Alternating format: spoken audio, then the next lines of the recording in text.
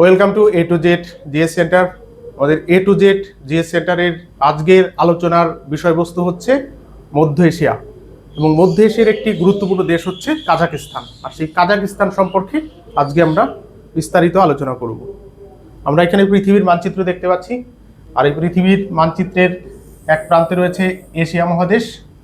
আর এই এশিয়া মহাদেশকে 5টা অঞ্চলে বিভক্ত করা হয়েছে, যেমন দক্ষিণ এশিয়া, দক্ষিণ পূর্ব এশিয়া, পূর্ব এশিয়া,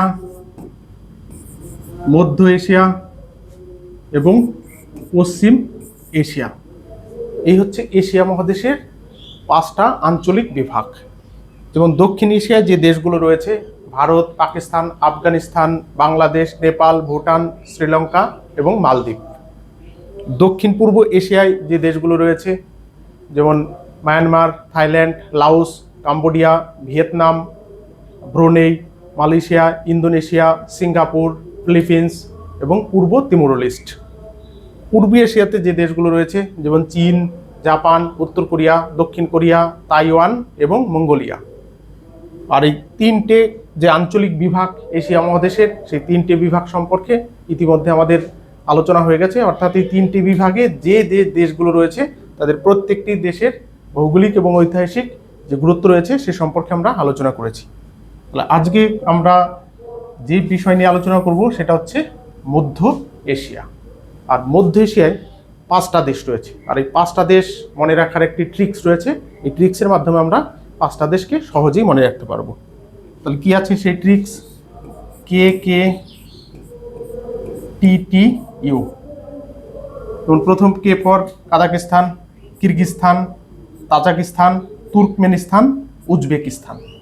অর্থাৎ KKTTU Kazakhstan, Kyrgyzstan, Turkmenistan, Tajikistan এবং উজবেকিস্তান। এই 5টা দেশ মধ্য এশিয়াতে অবস্থান করেছে। তাহলে আজকে আমরা যে দেশের উপর ফোকাস করব সেটা হচ্ছে কাজাকিস্তান সম্পর্কে। তাহলে মানচিত্রে আমরা মধ্য এশিয়ার যে দেশ রয়েছে কাজাকিস্তান, সেই যে কাজাকিস্তান আমরা দেখতে পাচ্ছি। এবং কাজাকিস্তানের পরিসীমা যদি আমরা লক্ষ্য করি তাহলে দেখব কাজাকিস্তানের চারিদিকে বিভিন্ন দেশ রয়েছে। অর্থাৎ কাজাকিস্তান হচ্ছে একটি স্থলবেষ্টিত দেশ। এই কারণে কাজাকিস্তানকে বলা হয় ল্যান্ডলক কান্ট্রি। তাহলে ল্যান্ডলক কান্ট্রি বলতে আমরা কি বুঝি?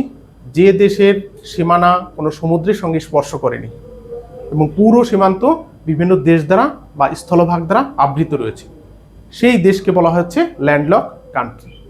তাহলে কাজাকিস্তান হচ্ছে আয়তনের বিচারে পৃথিবীর বৃহত্তম বা প্রথম, আয়তনের বিচারে কাজাকিস্তান পৃথিবীর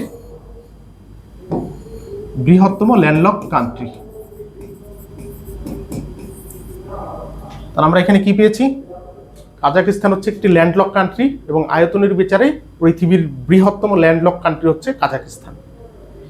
এর আগে আমরা পড়েছি মঙ্গোলিয়া হচ্ছে ল্যান্ডলক কান্ট্রি হিসাবে 2য় স্থানে অবস্থান করে।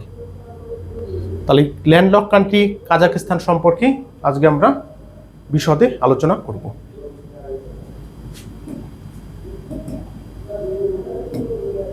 আমরা এখানে কাজাকিস্তানের মানচিত্র দেখতে পাচ্ছি। তাহলে আমরা কাজাকিস্তানের আনুষঙ্গিক যে বিষয়গুলো আছে সেই বিষয়গুলো প্রথমে আলোচনা করব, তারপরে এর ভূপ্রকৃতি এবং এর যে এই দেশের যে বিশেষত্ব রয়েছে সে সম্পর্কে আলোচনা করা হবে। যেমন কাজাকিস্তানের রাজধানী,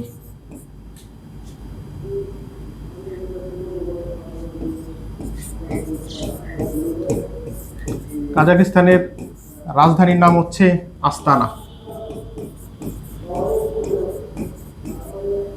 কাজাকিস্তানের মুদ্রার নাম হচ্ছে তেঙ্গে।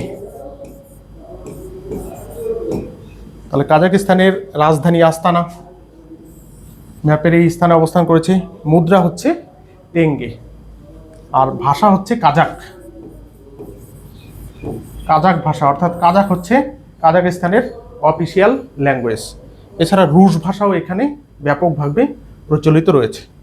আমরা কাজাকিস্তানের জনসংখ্যা যদি লক্ষ্য করি তাহলে দেখব এখানে বর্তমানে যে জনসংখ্যা রয়েছে 2,40,00,000 80 লক্ষ, অর্থাৎ 2.80 কোটি।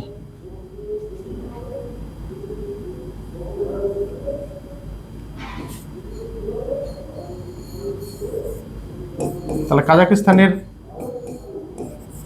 মোট জনসংখ্যা কত আছে? 2.80 কোটি, অর্থাৎ প্রায় 3 কোটির কাছাকাছি বর্তমান সময়ের জনসংখ্যা। আর এই 2.80 কোটির মধ্যে প্রায় 70% মুসলমান সম্প্রদায়ের এবং 26% হচ্ছে খ্রিস্টান সম্প্রদায়ের, আর বাকি যে 4% রইল সেই 4% অন্যান্য সম্প্রদায়ের অন্তর্ভুক্ত। তাহলে কাজাকিস্তান হচ্ছে একটি প্রকৃতপক্ষে মুসলিম কান্ট্রি। তাহলে কাজাকিস্তানের আমরা যদি ভূপ্রকৃতি লক্ষ্য করি, তাহলে ভূপ্রকৃতির যে অবস্থান রয়েছে সে সম্পর্কে আমাদের ধারণা জন্মাবে। এবং কাজাকিস্তানকে ভূপ্রকৃতি অনুসারে 3টে ভাগে ভাগ করা হয়েছে। যেমন উত্তরের সমভূমি অঞ্চল, তাহলে উত্তর দিকে কি রয়েছে? সমভূমি কাজাকিস্তানের। আর এই সমভূমিতে তৃণ লক্ষ্য করা যায়, অর্থাৎ তৃণ জন্মায়। এই কারণে যে তৃণ জন্মায় সেই তৃণকে বলা হয় স্টেপ তৃণভূমি। তাহলে কাজাকিস্তানের উত্তরাংশে সমভূমি অঞ্চলে স্টেপ তৃণভূমি লক্ষ্য করা যায়। এবং কাজাকিস্তানের দক্ষিণ এবং পূর্ব দিকে রয়েছে পার্বত্য অঞ্চল, এবং মধ্য এবং পশ্চিম ভাগে রয়েছে মরু অঞ্চল। তাহলে কাজাকিস্তানকে ভূপ্রকৃতি অনুসারে 3টে ভাগে ভাগ করা হয়েছে: উত্তরাংশ সমভূমি, পূর্বাংশ এবং দক্ষিণাংশ পার্বত্য অঞ্চল, এবং পশ্চিম ও মধ্যাংশ রয়েছে তোমার মরু অঞ্চল। এই হচ্ছে কাজাকিস্তানের ভূপ্রকৃতিগত বিভাগ। এছাড়া কাজাকিস্তানের কতগুলো বিখ্যাত শহর রয়েছে, সেই শহরগুলোর আলাদা ঐতিহাসিক গুরুত্ব রয়েছে। তাহলে সেই গুরুত্বগুলো কি আছে আমরা সেগুলো দেখব।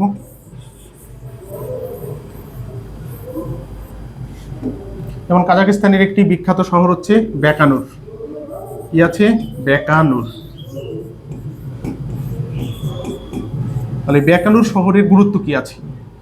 এই বেকানুর শহর হচ্ছে বা শহরে পৃথিবীর প্রথম উপগ্রহ উৎক্ষেপণ কেন্দ্র স্থাপন করা হয়েছিল। তাহলে কত সালে সেটা? সেটা হচ্ছে 1955 খ্রিস্টাব্দে। আর এই উৎক্ষেপণ কেন্দ্র স্থাপন করেছিল কারা? ইউএসএসআর। কারণ কাজাকিস্তান 1991 সালের আগে ইউএসএসআর এর অংশ ছিল, union of Soviet socialist Republic এর অংশ হিসাবে অবস্থান করত। কিন্তু 1991 সালের ইউএসএসআর থেকে 15টি দেশ আলাদা হয়ে স্বাধীনতা লাভ করে। তাহলে ইউএসএসআর 1995 সালে বেকানুর শহরে পৃথিবীর প্রথম উপগ্রহ উৎক্ষেপণ কেন্দ্র স্থাপন করে, এবং বর্তমান সময়েও এটা পৃথিবীর বৃহত্তম উপগ্রহ উৎক্ষেপণ কেন্দ্র। তাহলে পৃথিবীর প্রথম উপগ্রহ উৎক্ষেপণ কেন্দ্র বেকানুর, এবং পৃথিবীর বৃহত্তম উপগ্রহ উৎক্ষেপণ কেন্দ্র হচ্ছে বেকানুর। আর এই বেকানুর উপগ্রহ উৎক্ষেপণ কেন্দ্রের সাথে আমাদের ভারতবর্ষের একটা গুরুত্বপূর্ণ সম্পর্ক রয়েছে। যেমন ভারতের প্রথম উপগ্রহ হচ্ছে আর্যভট্ট। তাহলে প্রথম উপগ্রহ কি আছে? আর্যভট্ট। আর এই আর্যভট্ট উৎক্ষেপণ করা হয়েছিল 1975 খ্রিস্টাব্দে ইউএসএসআর এর সহায়তায় এই বেকানুর স্টেশন থেকে। তাহলে ভারতের প্রথম উপগ্রহ আর্যভট্ট 1975 সালে বেকানুর মহাকাশে উপগ্রহ উৎক্ষেপণ কেন্দ্র থেকে ইউএসএসআর সহায়তায় উৎক্ষেপণ করা হয়। তাহলে এই হচ্ছে বেকানুরের যে ঐতিহাসিক এবং ভৌগোলিক গুরুত্ব সেগুলো। এছাড়া উজবেকিস্তান এবং কাজাকিস্তানের মাঝামাঝি অঞ্চলে একটি হ্রদ অবস্থান করেছে। এই হ্রদের নাম হচ্ছে আরল সাগর। কি আছে? আরল সাগর। কিন্তু এই আরল সাগরে বর্তমানে কোনো জল নেই। এর কারণ হচ্ছে ইউএসএসআর পাইপলাইনের মাধ্যমে এই হ্রদ থেকে অপরিকল্পিতভাবে কার্পাস চাষের জন্য সমস্ত জল তোমার ব্যবহার করে ফেলে। ফলে আরল সাগর বর্তমানে একটি জলহীন মরু অঞ্চলে পরিণত হয়েছে। তাহলে সেটা কোনটা? আরল সাগর। এছাড়া কাজাকিস্তানের পশ্চিমাংশে আরেকটি গুরুত্বপূর্ণ হ্রদ অবস্থান করেছে, যার নাম হচ্ছে ক্যাসপিয়ান সি। কিন্তু এই ক্যাসপিয়ান সি প্রকৃতপক্ষে হচ্ছে একটি হ্রদ। এর আয়তন বিশাল হলেও এর চারিদিক যেহেতু স্থলভাগ দ্বারা বেষ্টিত, এই কারণে ক্যাসপিয়ান সিকে একটি হ্রদ হিসাবে গণ্য করা হয়ে থাকে, যেটা কাজাকিস্তানের পশ্চিম দিকে অবস্থান করেছে। তাহলে এই হচ্ছে কাজাকিস্তানের যে ভৌগোলিক গুরুত্ব রয়েছে সেই বিষয়গুলো। তাহলে আজকের মতো ক্লাস এখানেই সমাপ্ত করা হচ্ছে। তবে যারা এখনও আমাদের A to Z জিএস সেন্টারটি সাবস্ক্রাইব করনি, তারা অবশ্যই চ্যানেলটি সাবস্ক্রাইব করবে, কারণ আমাদের A to Z জিএস সেন্টারে ওয়ার্ল্ড জিওগ্রাফি ছাড়াও সমস্ত সাবজেক্টের মাল্টিপল চয়েস ব্যাখ্যামূলক এবং চ্যাপ্টার অনুযায়ী কনসেপচুয়াল বিভিন্ন ক্লাস করানো হয়ে থাকে। সবাইকে ধন্যবাদ।